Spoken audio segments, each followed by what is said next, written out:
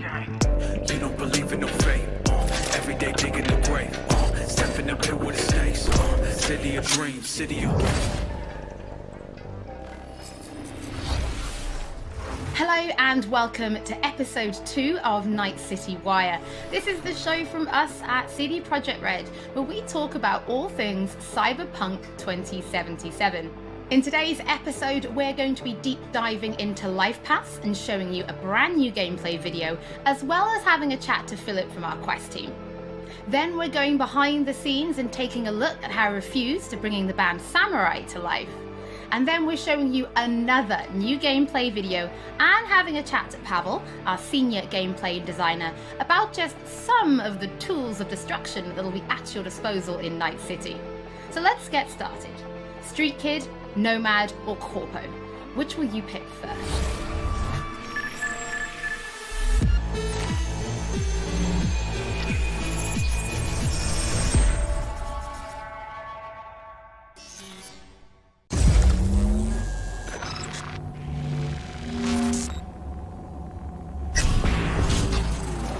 Well, who do we have here? Grew up in Haywood. Whole street was my family. Neighbors helped each other out. Thought nothing of it. I'm pleased to see you have not forgotten your roots. Born here, live here, die here. Childhood memories. Hopping buildings, running away from badges. Iron tasted blood from a split lip. Motherfucker! Got everybody fighting for a slice of the street. Get the fuck out of Vista. If you keep getting jumped, you find some stronger choopers.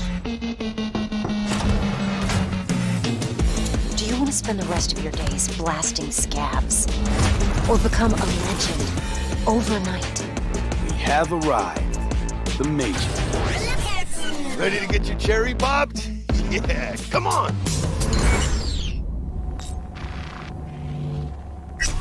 My childhood? Let's see. Racing my bobber for the first time through the hills. Oh, and first kiss in the middle of a synth cornfield. We nomads choose who to make our family. And choice forges strong bonds and a higher duty that stands solid as an old oak. My family's in pieces. That's why I'm headed for Night City. Makes you an outcast among outcasts. Miss this, you know? Camaraderie. I know. I saw it in your heart the first time we met. Know what I always liked about nomads? Your taste, no, hunger for freedom. Not easy to come by in Night City. Corp's got their grubby claws and everything.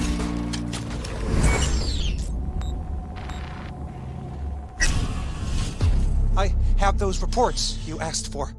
They were supposed to be ready yesterday. The world's going to tear us apart when the word gets around. The world's never going to find out. If I go down, you're going down with me. No! I'm not fucking joking! This isn't a request, V. But no way you're fucked, right? You're the one who fixes other people's shit. If you're working Arasaka counter intel, you're always fucked. Today, they got you to zero somebody. Tomorrow, they'll get somebody else to zero you. What's the rules, Jack? Want to be top? Gotta have some skin in the game. Yeah, but you're not on top. Saburo Arasaka is. And you're the pendejo who keeps him there. Work for yourself, live for yourself. That's the only way.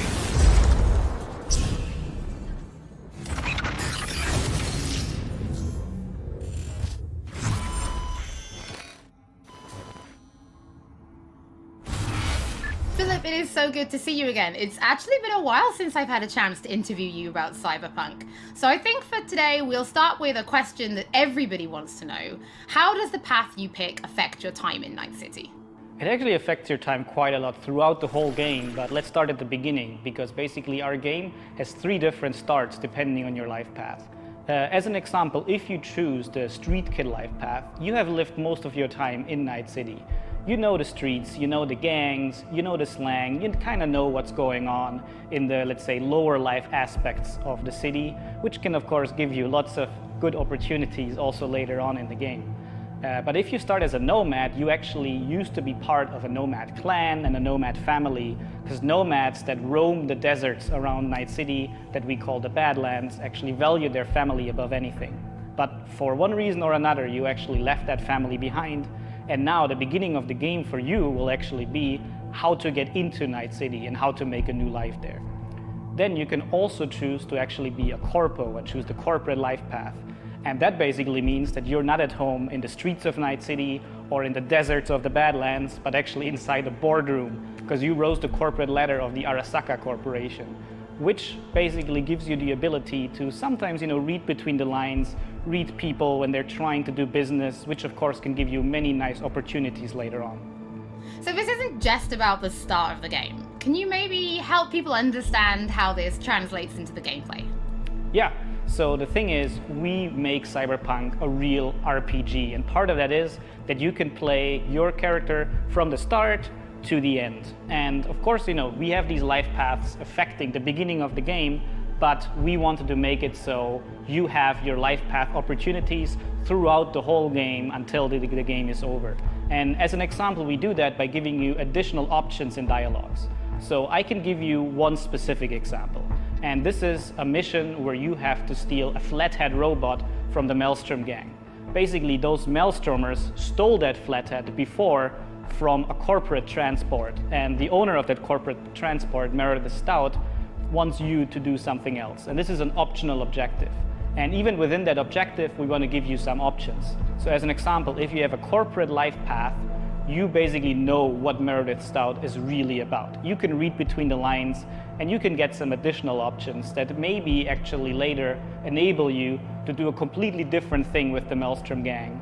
And if you're a nomad, you know exactly some more details about how these Maelstromers would have even been able to steal a robot like that from Meredith Stout, who's part of the very powerful Militech Corporation. As a street kid, we as an example don't give you a specific new dialogue option in that dialogue, because as a street kid, you do not have a lot of experience dealing with higher up people like Meredith Stout. But we want to give you additional options that fit your life path very well. So later when you actually talk to the Maelstrom gang, one member of the gang offers you some illegal substance, but as a street kid, you actually know what this is about. You can talk some shop with him, and that might actually make that character like you a little bit more. So Philip, I do have a couple of extra questions for you based on the video we just saw. And the first is about nomads. So the nomad life path, this starts in a place called the Badlands. Is this somewhere you get to visit even if you don't pick nomad to start with? Yes, absolutely. So the thing is, Night City is surrounded by this huge landscape that we call the Badlands. And you can go there whenever you want. So as an example, if you actually do play the nomad life path at the start and you are in the Badlands, you can even see Night City on the horizon. And we want to give you the option later in the game, if you want, you can just take your car and drive out of the city. You can go there whenever you want. The thing is, you might not want to, because the Badlands can be a pretty dangerous place at first, because time has not been very kind to the Badlands. There have been many wars in the past, there's global warming, so most people that do live out there don't really have another choice about it, or are nomads that love this life and are all about it and are very battle-hardened. We of course also want to tell their stories, because we want to tell many different stories throughout the cyberpunk genre, which means that you will also find missions that lead you out in the Badlands or where you deal with the people living there. So Philip, can you tell us a little bit more about the character Padre? He's the guy we see giving his business card to Street Kid V in the video. Who is this man? Yeah, so Padre is actually one of the fixers in Night City. And fixers are people that work as intermediaries. So if someone who has a lot of money needs a problem solved, they go to a fixer. And a fixer then finds people who can solve that problem. And these people are people like you, the cyberpunks. Fixers are very territorial. So Padre specifically works from Haywood, which is where you as a street kid grew up in, so you already know him. You might have already seen another one of our fixers who is called Dexter Deshawn, and he works in a different part of the city. So specifically Padre, you might know him as a street kid, but even if you played other Lifepaths, you might sooner or later meet him because he's operating in Haywood, which is a pretty big place with many good jobs. So if you want to make some cash there, you will sooner or later deal with Padre. Philip, thank you so much for joining us. Now, on my first playthrough, pretty sure I'm going to be picking Nomad, but for those watching, we would love to know what you'll be picking, so have a think about it and send us a tweet. Don't forget that later in this episode, we're going to be showing you another new gameplay video and having a chat to Pavel, our senior gameplay designer, about just some of the tools of destruction that will be at your disposal in Night City. But before that, let's talk about music, because music plays a huge part in bringing Night City to life. Now, in future episodes, we're going to talk about things like radio stations and even the original score. But today, we're going to take a look behind the scenes at how Refused to bringing Johnny Silverhand's band, Samurai, to life. I wouldn't write these lyrics for myself.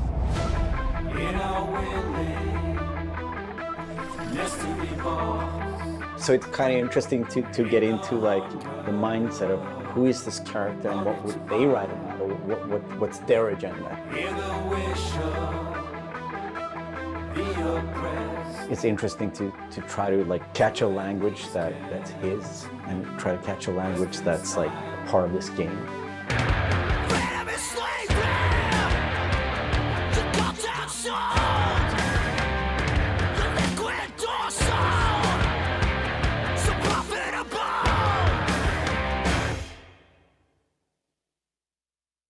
There is a reason why we're here.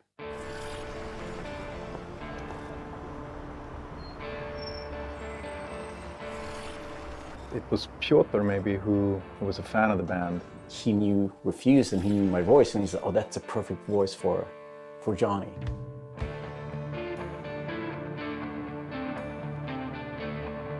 And that they wanted, I guess, a sound that was a bit contemporary from when Johnny's supposed to have had the band, because he's sort of like an anti-establishment kind of guy. Gonna drag a corporal rat on stage, make him kneel, douse him with gas, then light him up. So of course there are things that you can relate to, and like just like this outcast and this rebel that's fighting against like the corporals, and that's definitely something that's been a part of my life and a part of Refused life. We came out of the punk rock scene of northern Sweden. He's like the future version of us. You know?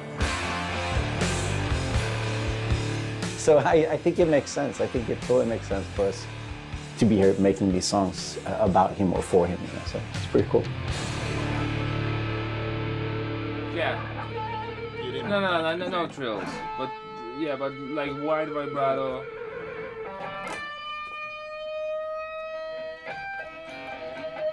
And then, I mean, just sort of build, yeah, slowly build sort of intensity. We don't have a different mode than just going all in. So we really worked on these songs trying to make them as good as possible. But then they're not actually our songs. It's interesting as a musician to play another musician, because that's essentially what we're doing. I mean, we're not here as Refused, we're here as Samurai. And I'm here with Johnny Silverhand, you know? So it's like the voice we're representing here is someone else. We'll never fade away! It's been a mind fuck.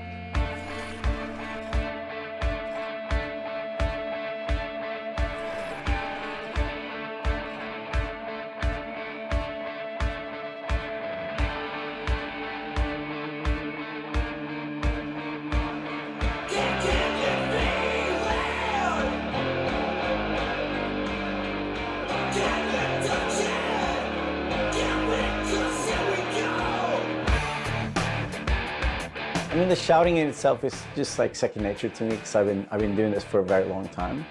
But then when someone comes in and says, I'm happy with everything except for Azza Lynn. Again, it's Azza. Azza. Okay. The shouting's great, but think of that accent, or think of that like enunciation. It's a bit weird because it's a very different way of singing when you're screaming like that, and it's hard to sort of swallowing some syllables there.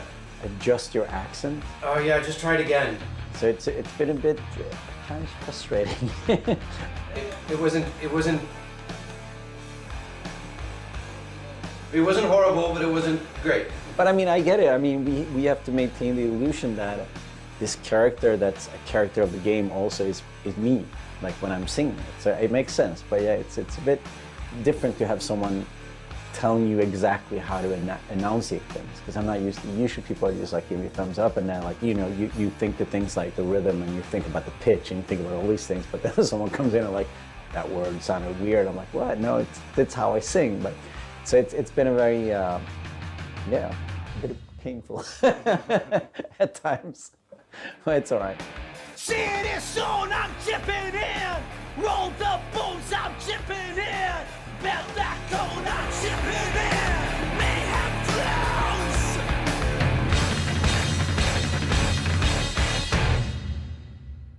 It's a very interesting thing to be part of. As a person that's not a gamer, I don't think I fully understand the impact that this might have. If people like these songs and if people are excited, then that's going to be great. I mean, we are spending a lot of times trying to get this right, trying to get it to sound like, you know, like samurai would sound, you know. So it's quite interesting. It's a very different way of making music, actually.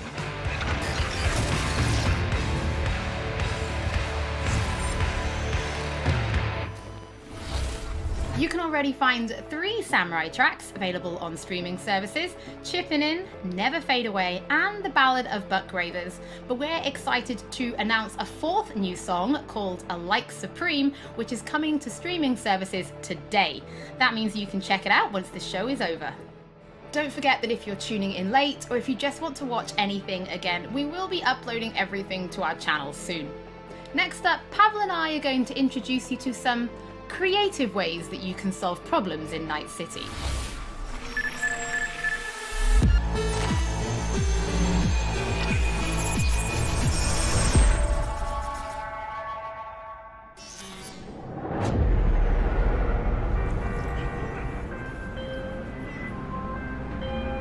Hey V, I have a job for you.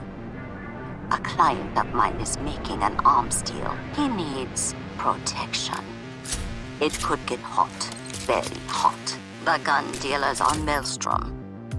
Alas, nothing ever transpires as planned with them. You better gear up for this.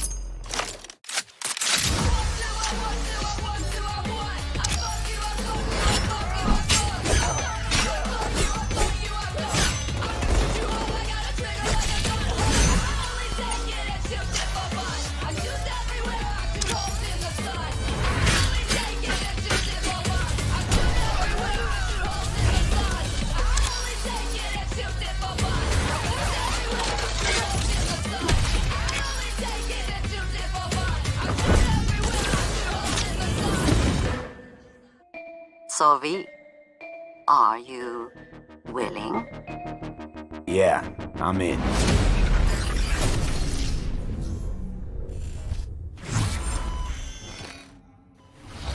Pavel, thank you so much for joining me. Now, there was an awful lot in that video, right? Because there's more than just guns.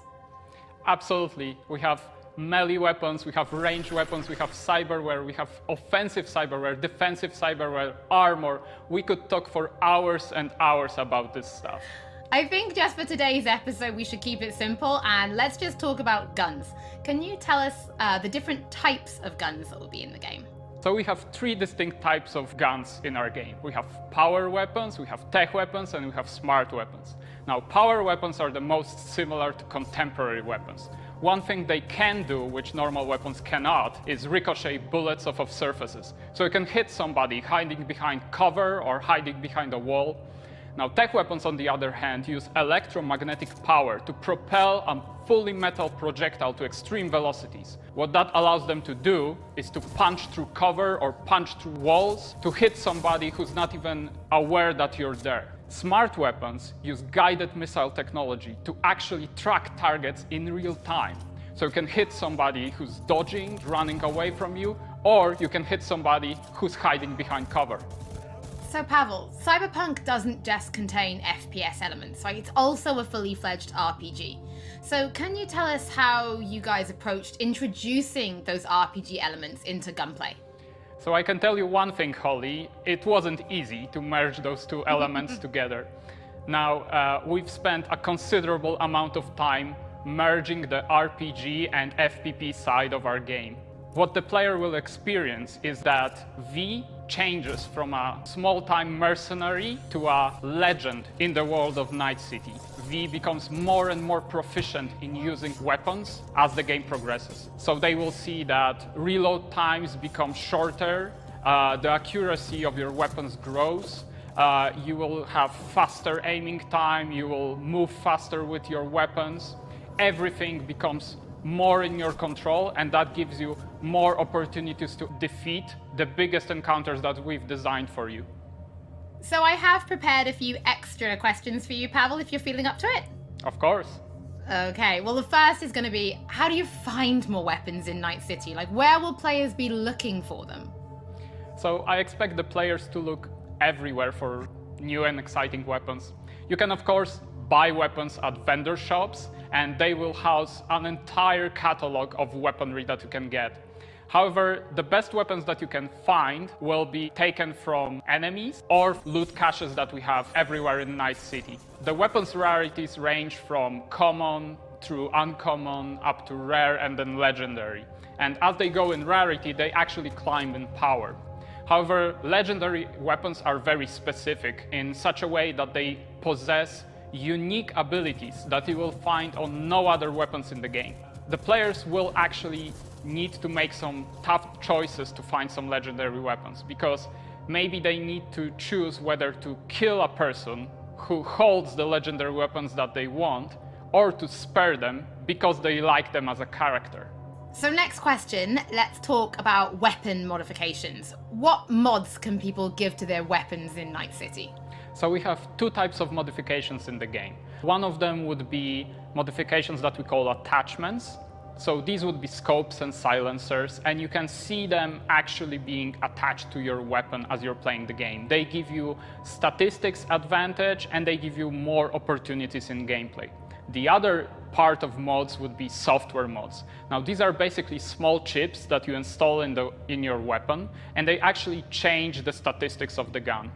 They can give you damage, they can give you accuracy, or they can give you more fire rate. Some of those mods actually change the gunplay on a more fundamental level, so they can give you non-lethal rounds, biochemical rounds, to tear through that armor even faster.